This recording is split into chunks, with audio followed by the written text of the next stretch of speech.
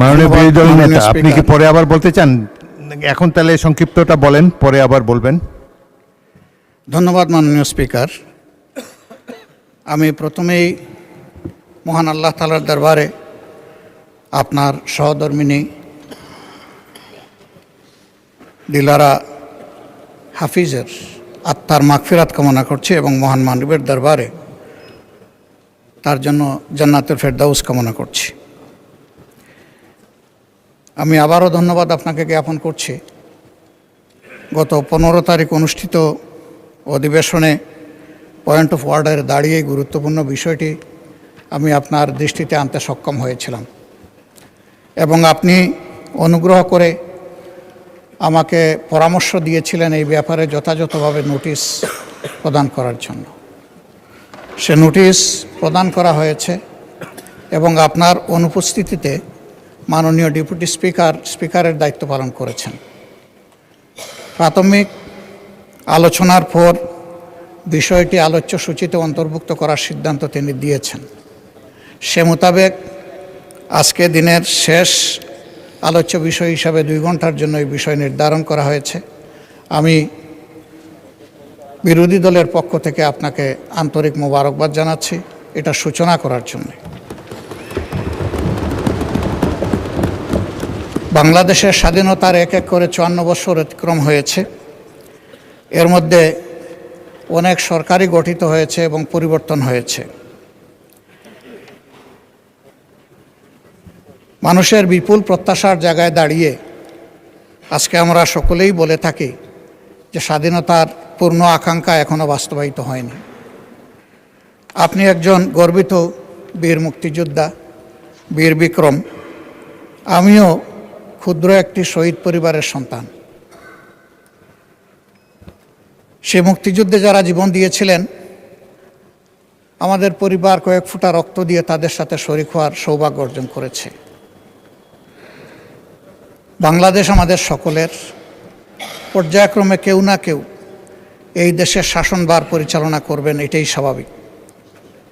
একটি গণতান্ত্রিক রাষ্ট্র যেখানে কোনো রাজতন্ত্র থাকে না, সেখানে বংশ পরম্পরায় শাসনেরও ব্যবস্থা থাকে না। জনগণের ভোটের মাধ্যমেই সরকার গঠিত হয় এবং সেই গঠিত সরকার দেশ পরিচালনা করে। দুঃখের বিষয়, অতীতে জনগণের ভোটে নির্বাচিত হওয়া সত্ত্বেও জনগণের ভোটের অধিকার বারবার খর্ব করা হয়েছে, কোনো কোনো ক্ষেত্রে হত্যা করা হয়েছে। প্রথম যে সরকার গঠিত হয়েছিল তারা জনগণের ভোট পেয়েই নির্বাচিত হয়েছিলেন, কিন্তু আমরা সেখানে লক্ষ্য করলাম যারা বহুদলীয় গণতন্ত্রের কারণে এই সুযোগটা পেয়েছিলেন তারাই এসে বহুদলীয় গণতন্ত্রকে হত্যা করে একদলীয় বাকশাল কায়েম করলেন। 72-এ যে সংবিধান ছিল, এই সংবিধান তার অনেকটুকু এখানেই হারিয়ে ফেলে। যখন একদলীয় কোনো শাসন ব্যবস্থা কোনো দেশে সাংবিধানিকভাবে স্বীকৃত হয়ে যায়, কার্যত সেই দেশে জনগণের ভোটের আর বড় কোনো মূল্যায়ন থাকে না। এভাবে বারবার সরকার এসেছে, সরকার গিয়েছে। সর্বশেষ 2009 সালে যারা সরকার গঠন করেছিলেন, 8 সালের একটা বোঝাপড়ার নির্বাচনের মধ্য দিয়ে তারা দেশে কি করেছেন তার জ্বলন্ত সাক্ষী আজকের এই সংসদ। আমি সেদিনও বলেছিলাম, আমার ধারণা ফ্যাসিস্ট সরকারের হাতে নির্যাতনের শিকার হননি এমন বোধহয় কোনো সদস্য এখানে নেই। কেউ হয়েছেন বারবার, কেউ হয়েছেন হয়তো একবার, যারা সৌভাগ্যবান। অনেকেই দেশেই থাকতে পারেননি। নির্যাতনের ভয়াবহতা এতটাই ভারী ছিল যে তারা নিজ জন্মস্থানের মাটি আঁকড়ে ধরে থাকতে পারেননি। এই দীর্ঘ সময় ধরে 15.5 বছর জাতির উপর প্রচণ্ড দুঃশাসন চাপিয়ে দিয়ে তাণ্ডব চালানো হয়েছে। অসংখ্য মায়ের বুক খালি হয়েছে, বোনেরা বিধবা হয়েছে, শিশুরা এতিম হয়েছে।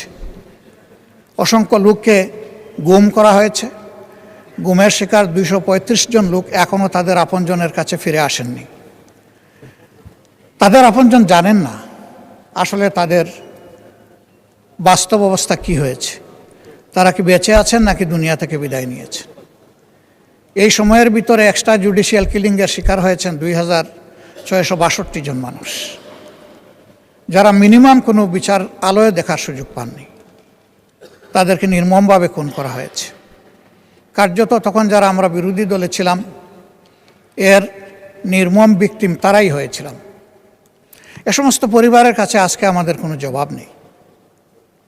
শুধু তাই নয়, রাষ্ট্রের সকল সাংবিধানিক প্রতিষ্ঠানকে একে একে ধ্বংস করে ফেলা হয়েছিল এবং সবগুলোতেই দলীয় কর্তৃত্ব এককভাবে কায়েম করা হয়েছিল দেশকে কুক্ষিগত করার জন্য। শেষ পর্যন্ত আমরা লড়ে গেছি সবাই, যার যার জায়গা থেকে যতটুকু পারি ম্যাক্সিমাম। তাদের অপকর্মের শেষ পরিণতি হিসাবে 2024 সালের জুলাই মাসে যে আন্দোলন তরুণ যুব সমাজের দ্বারা দানা বেঁধে উঠেছিল, আগস্টের 5 তারিখ গিয়ে এটা পরিণতি লাভ করেছে। এই জন্য কোনো দেশের ক্যালেন্ডারে 36 জুলাই বলে কিছু নাই, আমাদের দেশে তা প্রতিষ্ঠিত হয়েছে। এই আন্দোলনে যারা নেতৃত্ব দিয়েছেন তারা সৌভাগ্যবান, আমি আরেকবার তাদেরকে অভিনন্দন জানাই। কিন্তু এই আন্দোলন শুধু মুষ্টিমেয় কিছু যুব সমাজ সম্পৃক্ত ছিলেন না, বরঞ্চ এই আন্দোলনে কৃষক, শ্রমিক, মেহনতি জনতা, মোটে, মাঝি, মজুর, ছাত্র জনতা সবাই সম্পৃক্ত হয়েছিলেন। দুধের শিশু নিয়ে মাও রাস্তায় নেমে এসেছিলেন এবং এইরকম শিশুরাও, 4 বছরের শিশু এই আন্দোলনে শহীদ হয়েছে। মাননীয় বিরোধী দলের নেতা, আমি যাচ্ছি ওই জায়গায় চলে যাচ্ছি। না, আমি আপনাকে বিনীতভাবে স্মরণ করে দিতে চাই, এটা 2 ঘন্টার আলোচনা। প্লিজ, আমি এই জায়গায় আপনারা যে তালিকা দিয়েছেন সেখানে তো অনেক টাইম আপনারা বেশি দিয়েছেন, সুতরাং সময়ের উপর একটু খেয়াল রাখবেন। পরে আপনি আবার বলার সুযোগ পাবেন। মাত্র 2-3 মিনিট নিচ্ছি মাননীয়। ওকে, প্লিজ, থ্যাংক ইউ। তো সেই প্রেক্ষাপটে ওই ফেসিবাদ যাতে আর ফিরে না আসে, এই জন্যই জুলাইতে আকাঙ্ক্ষা তৈরি হয়েছিল যে দেশ একটা ন্যায্যতার ভিত্তিতে, ন্যায় বিচারের উপরে একটা দেশ কায়েম হবে, যেখানে সবাই সবার সমান অধিকার পাবে নাগরিক হিসাবে। তার প্রেক্ষিতে দীর্ঘ আলাপ আলোচনার পর প্রধান প্রধান রাজনৈতিক দল, নিবন্ধিত রাজনৈতিক দল সমন্বয়ে দীর্ঘ আলোচনার পর মাসের পর মাস ইন্টারিম গভর্নমেন্ট যে জাতীয় ঐক্যমত্য কমিশন গঠন করে দিয়েছিল, তারা সংস্কারের কিছু প্রস্তাব চূড়ান্ত করেছেন এবং এরই আলোকে মাননীয় প্রেসিডেন্ট তিনি একটি আদেশ জারি করেছেন। যে আদেশটি আমি গতদিন সবিস্তারে পড়ে শুনিয়েছি, আজকে আর আমি সেই দিকে যাচ্ছি না। বিরোধী দল থেকে যারা বক্তব্য দিবেন, হয়তো সরকারি দল থেকেও দিবেন, বিশেষ করে বিরোধী দল থেকে যারা এই আলোচনায় অংশগ্রহণ করবেন তাদের তালিকা আমরা দিয়েছি, তারা এই বিষয়ে কথা বলবেন। এবং আপনাকে ধন্যবাদ, আপনি আমাকে আবার শেষের দিকে সুযোগ দেওয়ার কথা বলেছেন। আমার তখন কোনো কথা থাকলে সেই সময় আমি উপস্থাপন করব। এখন বিষয়টি আলোচনার জন্যে আপনি সংসদ সদস্যদেরকে সে সুযোগ দিবেন এবং বিশেষভাবে আমরা যেহেতু এই নোটিশটি উত্থাপন করেছি, আমাদেরকে পর্যাপ্ত সময় দেওয়ার অনুরোধ জানিয়ে আমার কথা আপাতত এখানে শেষ করছি। ধন্যবাদ মাননীয় স্পিকার।